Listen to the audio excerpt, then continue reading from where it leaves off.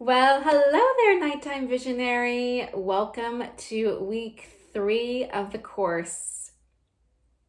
Okay, we are making some major progress in cracking the codes of our dreams, and this week going deeper into archetypal and symbolic meanings of our dreams.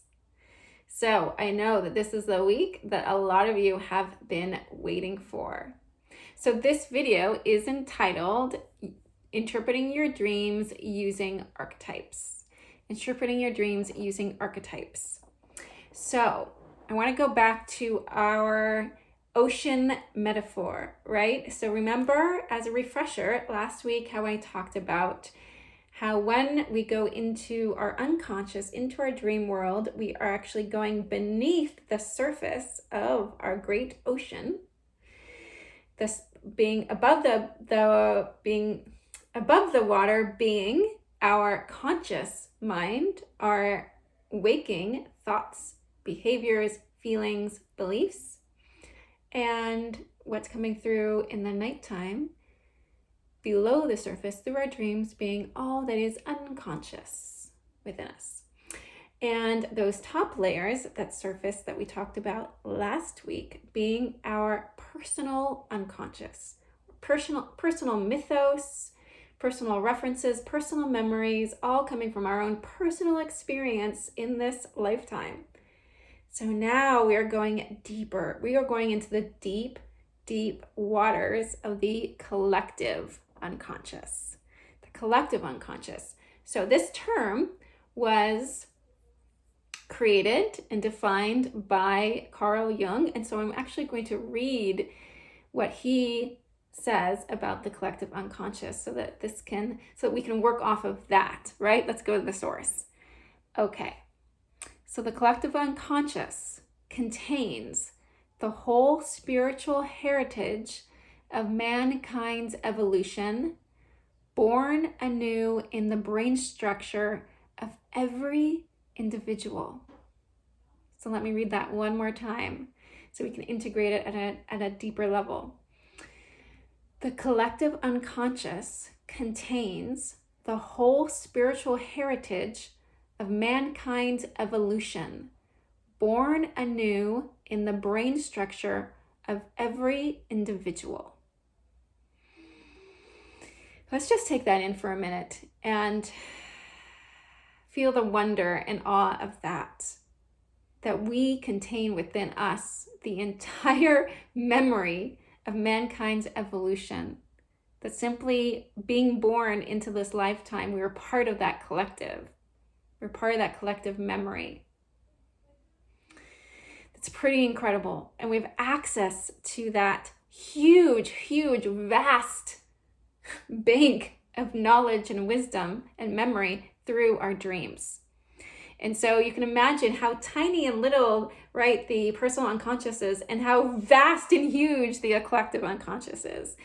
And it is definitely impossible to gain a complete understanding of the collective unconscious just through one video, and even just through a whole lifetime of dream study. We are simply allowing ourselves in this process of dream interpretation to be a continual student, to be continually learning and growing our own sort of library of meanings and connections to the collective unconscious.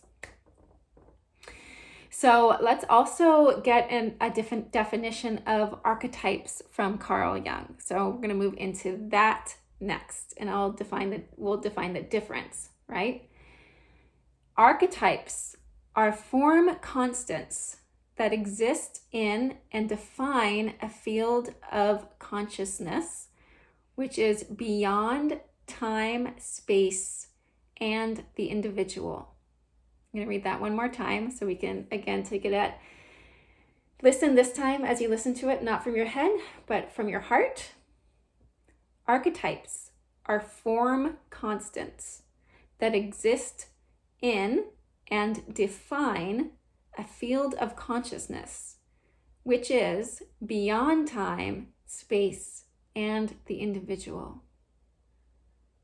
So form constants exist as symbols, right, within the collective unconscious. That's how we receive information from the collective unconscious through archetypes, these form constants that show up as symbols.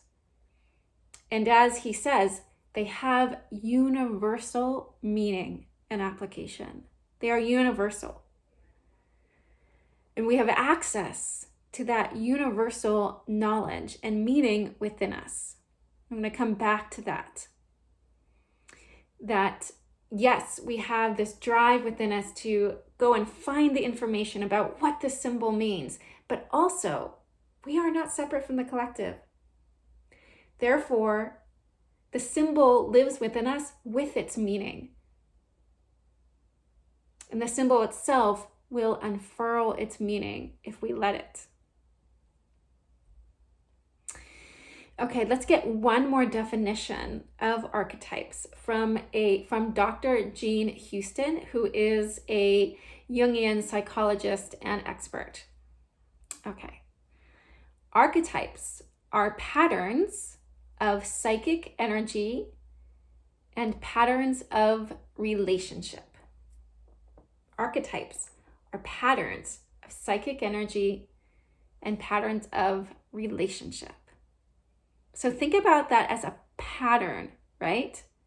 Patterns then repeat themselves and can be found in all these different dimensions of our universe.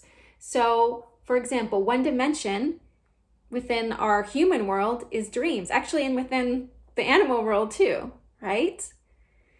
That is one way these patterns emerge within us, is through our dreams. Another is through something's biologic and chemical properties, right? We see sacred geometry everywhere within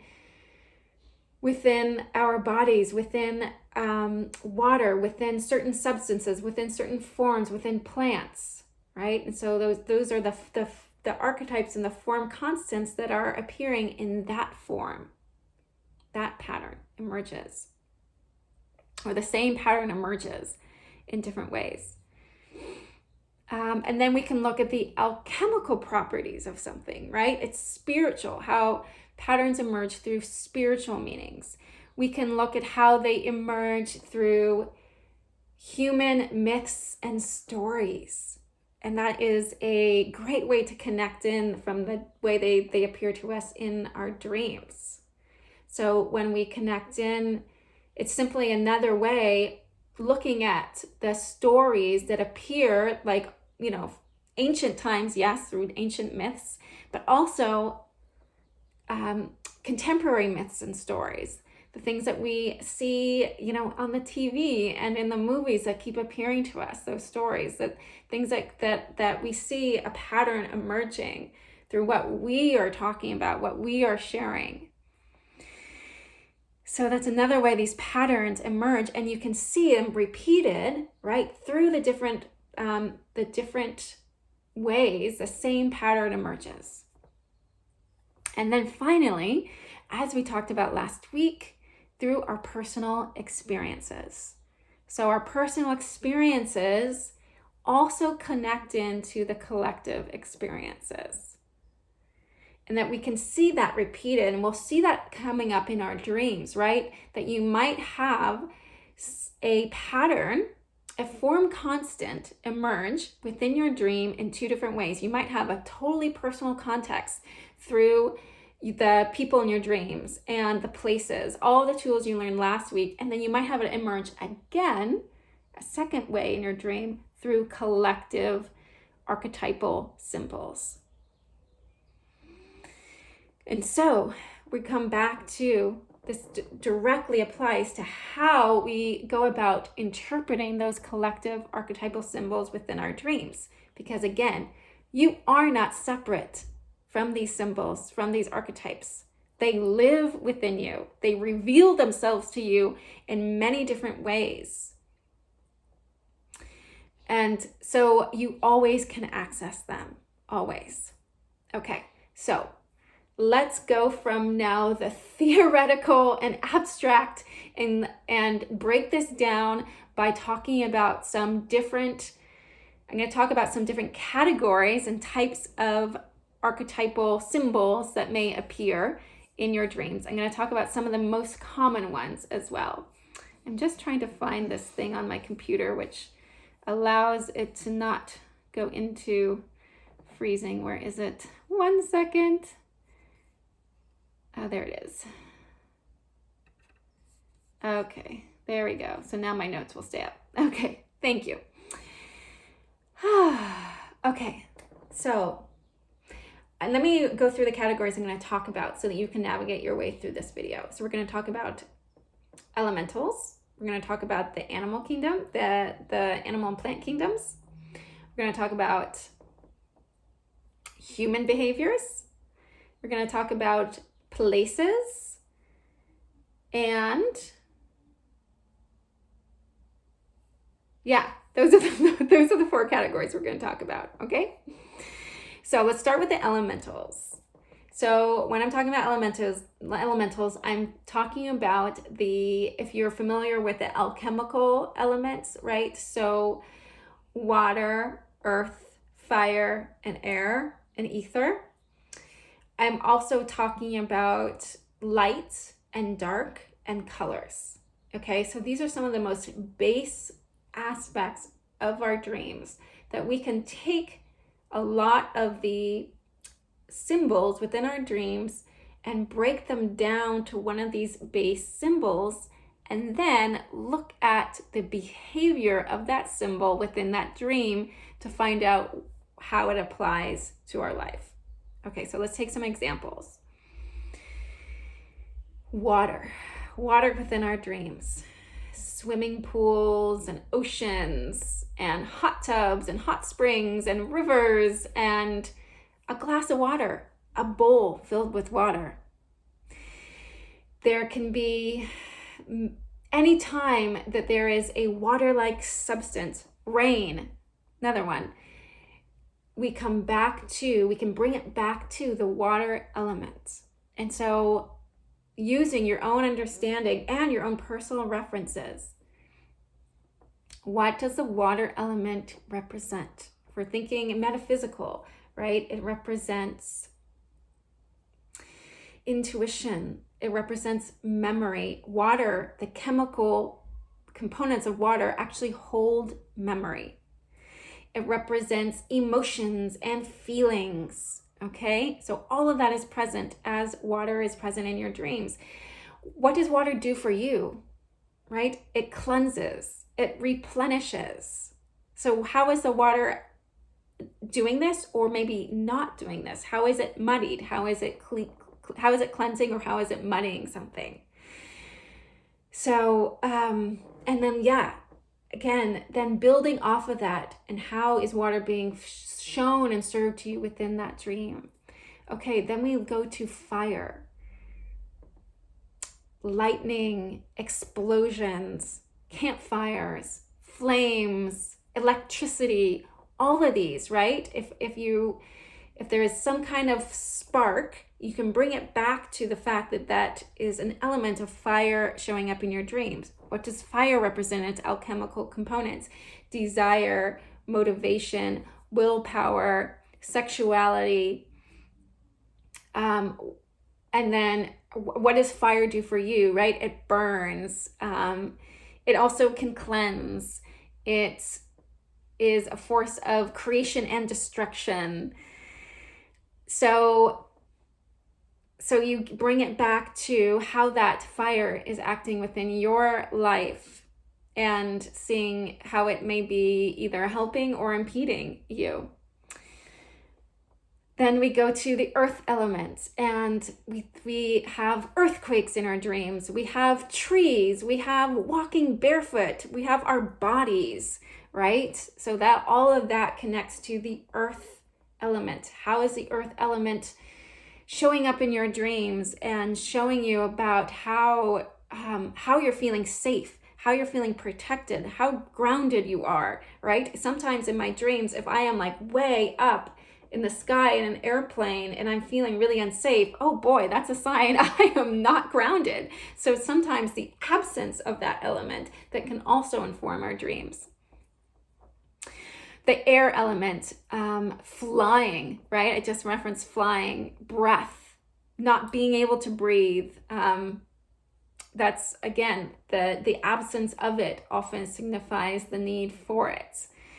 So how is windstorms, tornadoes? So how is the air element showing up in your dreams and showing you where there might be two, you might be two in your head, two in your thoughts, or how there might be divine inspiration coming through, creativity, the desire to start again, right?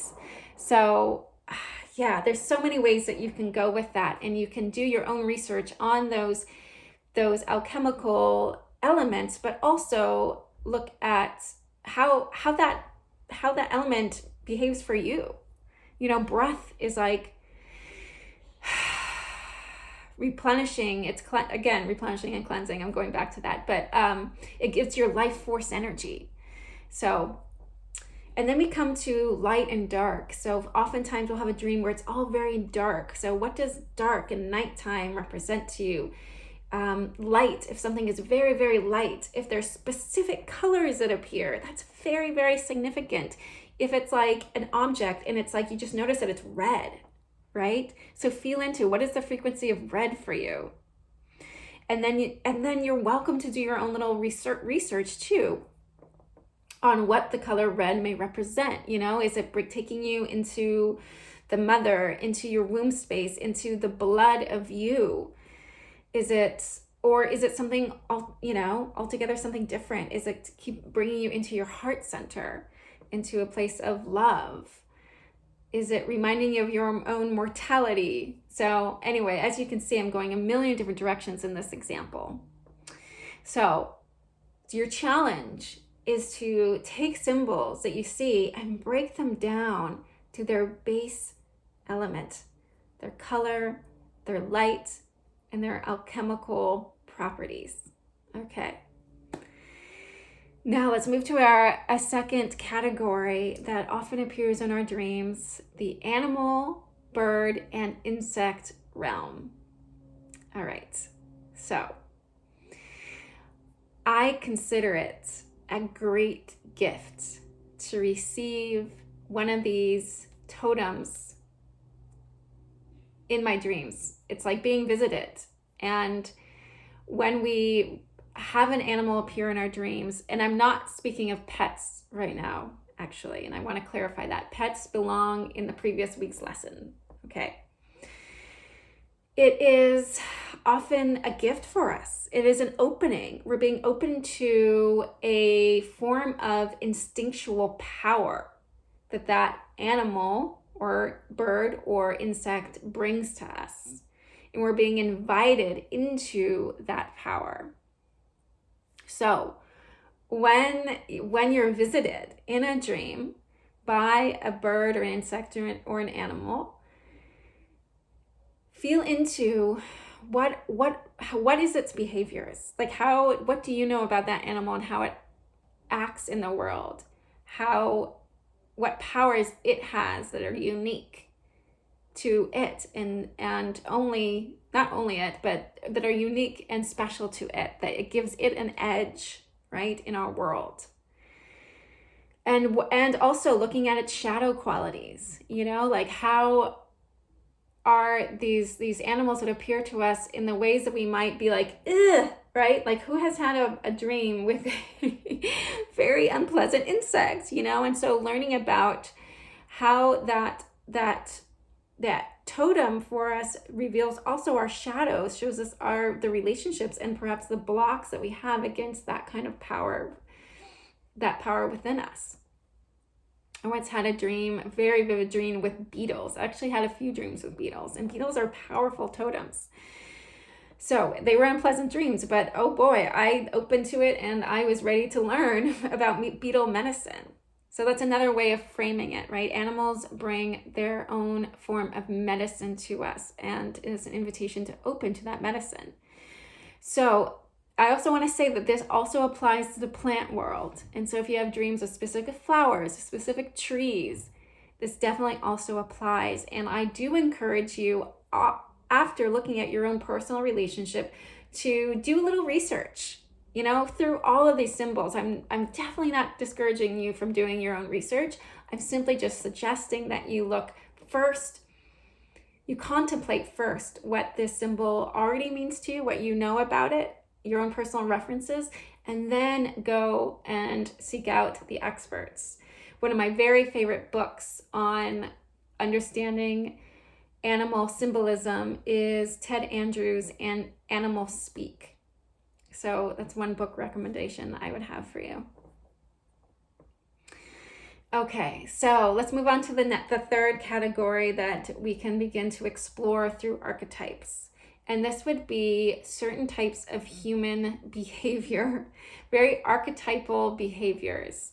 And so I'm going to go through 3 of these that are very, very common to dreams and that I've already seen within our own group, our own class.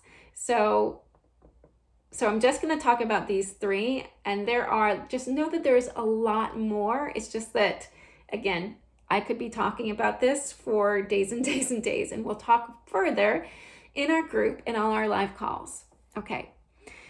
So, very common and sometimes disturbing aspect or occurrence in dreams, human behavior in dreams, is murder, right? So either somebody murdering you murdering someone else, or someone else murdering someone else. So it could be any means, right? Gunshot, shoving someone out a window. I had that dream a couple times. A knife, someone being stabbed, someone shooting an arrow. It could be any form throughout human history, right? That this is something that is so deep within our collective memory, is taking another's life. And so we have a lot of, our ego has a lot of strong reactions to this symbol when it comes through, which often blocks us from understanding what it means. However, if you think about, again, breaking that down to what is the action, what is the goal of murder, right? It is death. And so thinking about then, what is the great symbolism of death, right? There is taking a human life is simply one kind of death. And yet that is the symbol that appears to us often in dreams, to show us that something in our life is dying.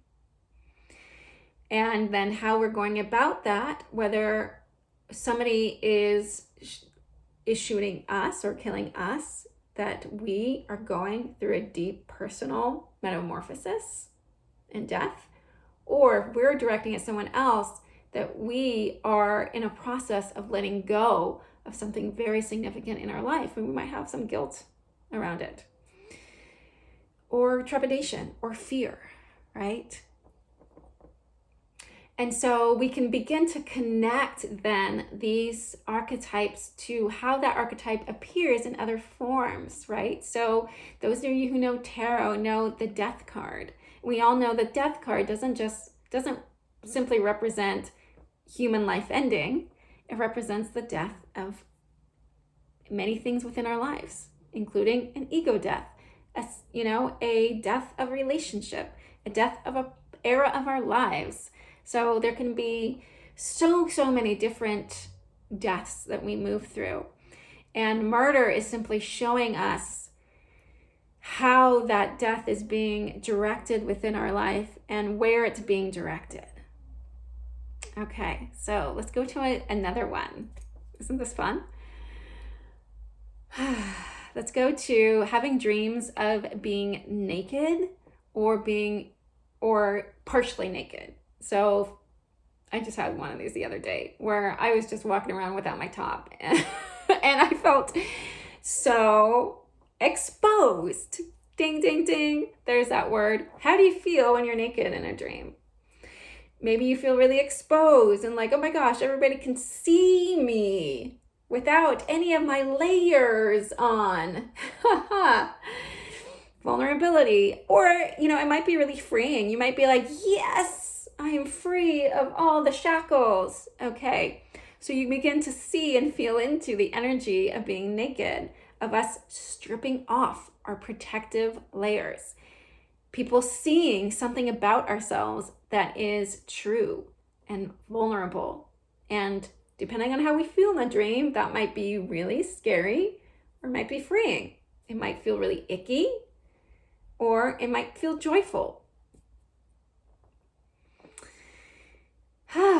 So it's also, I think, connected a lot to shame, because within our collective unconscious, we know that the body is sort of a storehouse of shame. And when we come into this wildness of pulling off the layers, we're exposing that. So that dream may also be showing you certain levels of shame. Okay. Let's move on to a third type of human behavior that is so common in dreams, and that is sex. Sex and sexual behavior. Even we can even make it even milder than that. It could be simply romantic behavior, right? Either with the opposite sex or with the same sex, with somebody who you have fancied in the past, or with somebody who it is like so uncomfortable that you're even having this dream. Who has had a dream with somebody who it would be so inappropriate to actually have that happen in real life? Yeah. I wake up from these dreams and I often feel so uncomfortable. Okay, so the good news is that when we dream about sex or romantic behavior in dream, it is definitely usually not a sign that we're attracted to them. Again, we think about what is the purpose of romance or sexual behavior, right? What's the purpose? What happens during that? Connection. Two people coming together. That's really all that sex and romantic behavior represents, is connection. Is our longing for connection. Is our experiencing that connection.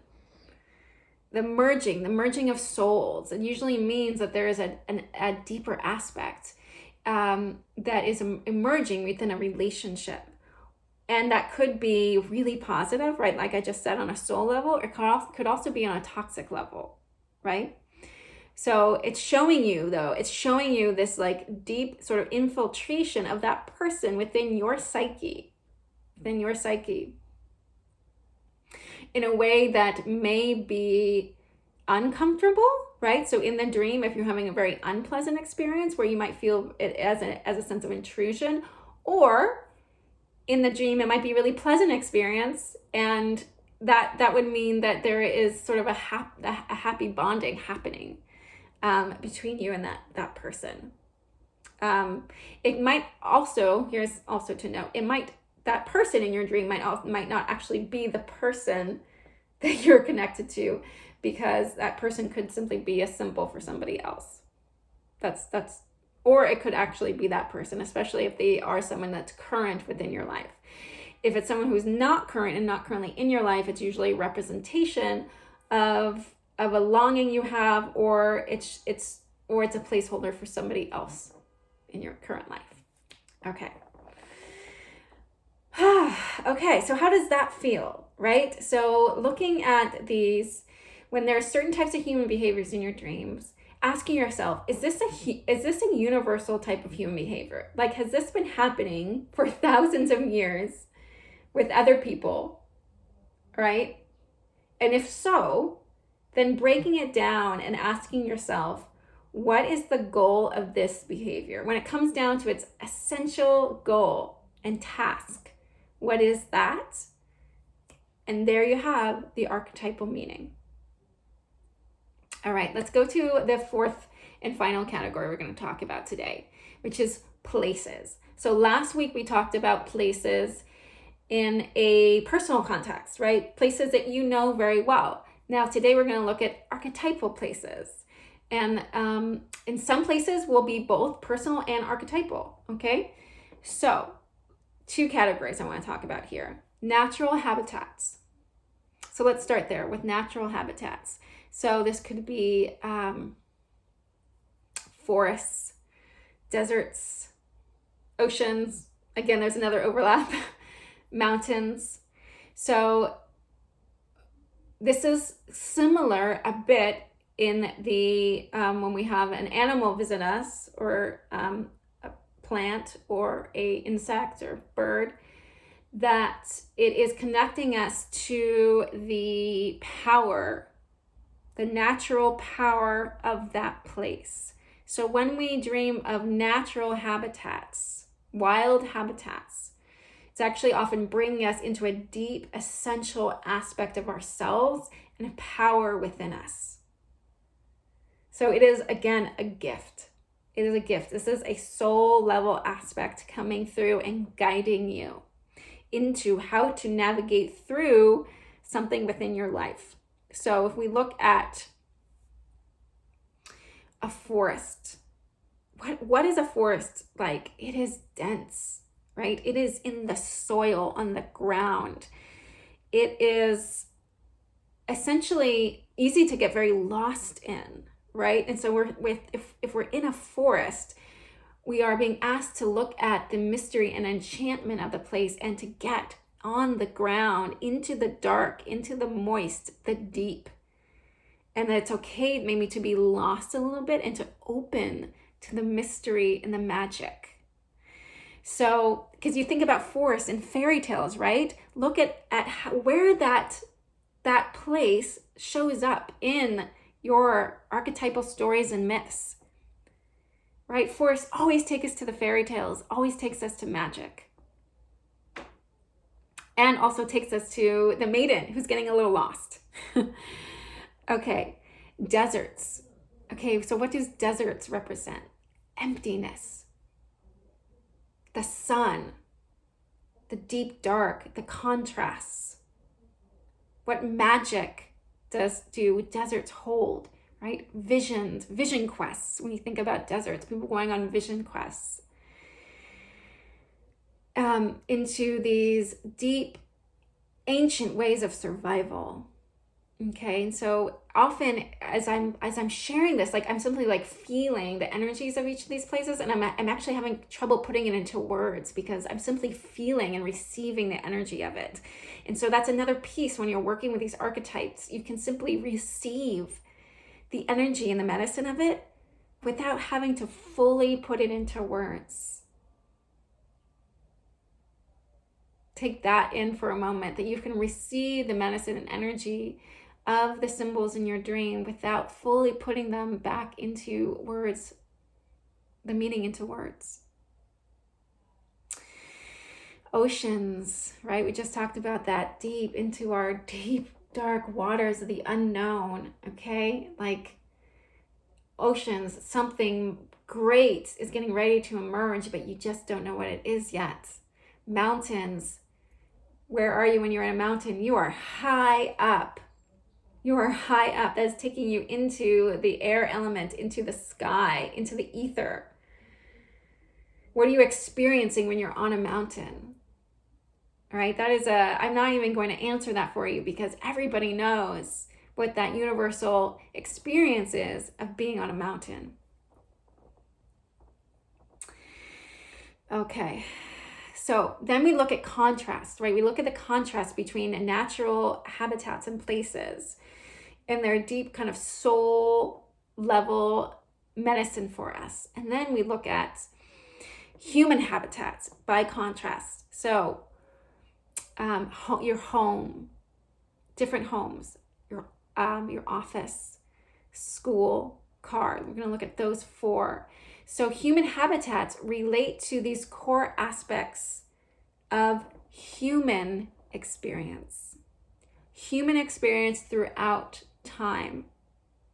This relates to who you are in the world, your personality, your ego, not in a negative way, who you are, your ego, your personality.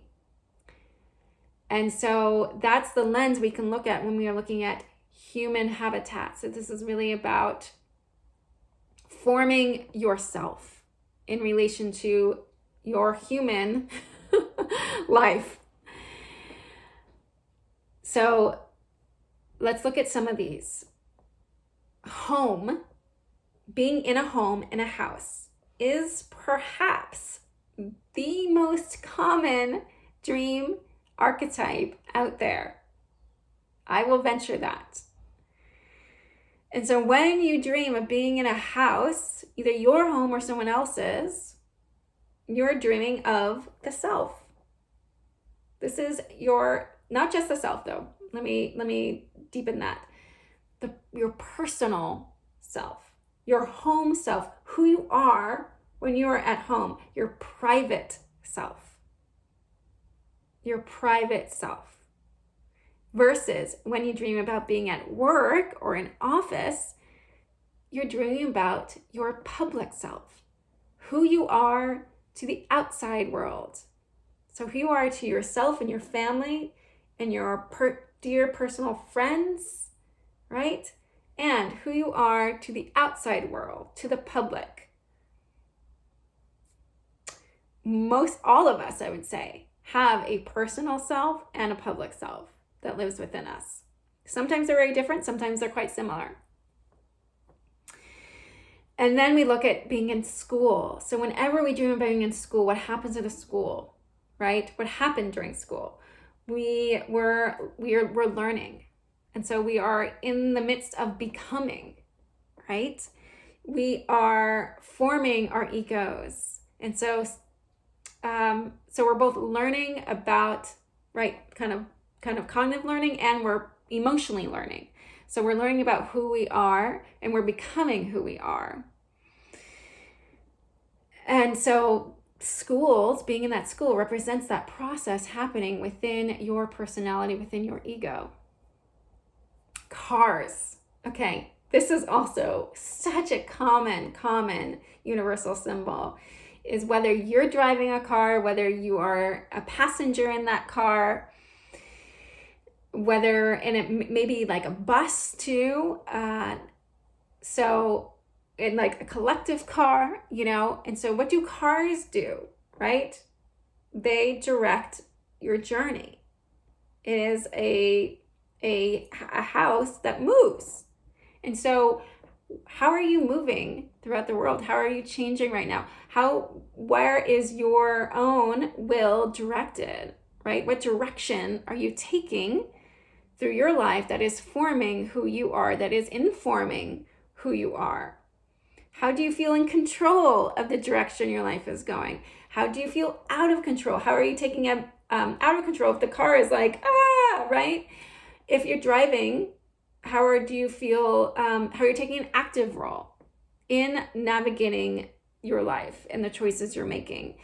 If you are choices you're making, that's a huge, big kind of keyword for cars. If you're in a passenger role, like how are you taking a more passive role in the direction your life is taking? Which, again, there's no judgment there, right? Sometimes we go back and forth between those two realms, and the dream is simply showing you what is happening. Let's see. So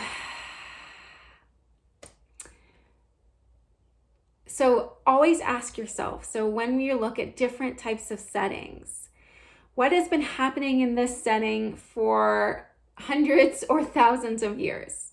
And like when you think of a car, right? Cars were chariots, cars were, before a car, there's a chariot. Before a chariot, there was a horse. Before horses, there were feet, right? And so you can look at in all those different avenues, breaking it down to its base element again.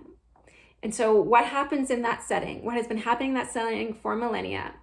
And also, again, refer to your favorite books and movies and TV shows and oracle and tarot decks to help to see where this symbol in its base element appears other places and what its meaning is to you there. Because where you have been able to find meaning for that base symbol somewhere else directly applies to its meaning within your dreams. Remember that these symbols are both collective and universal. They're universal. Okay, so one other tip is to combine what you learned last week with this week. And so always look at what is the personal context that this symbol is appearing in.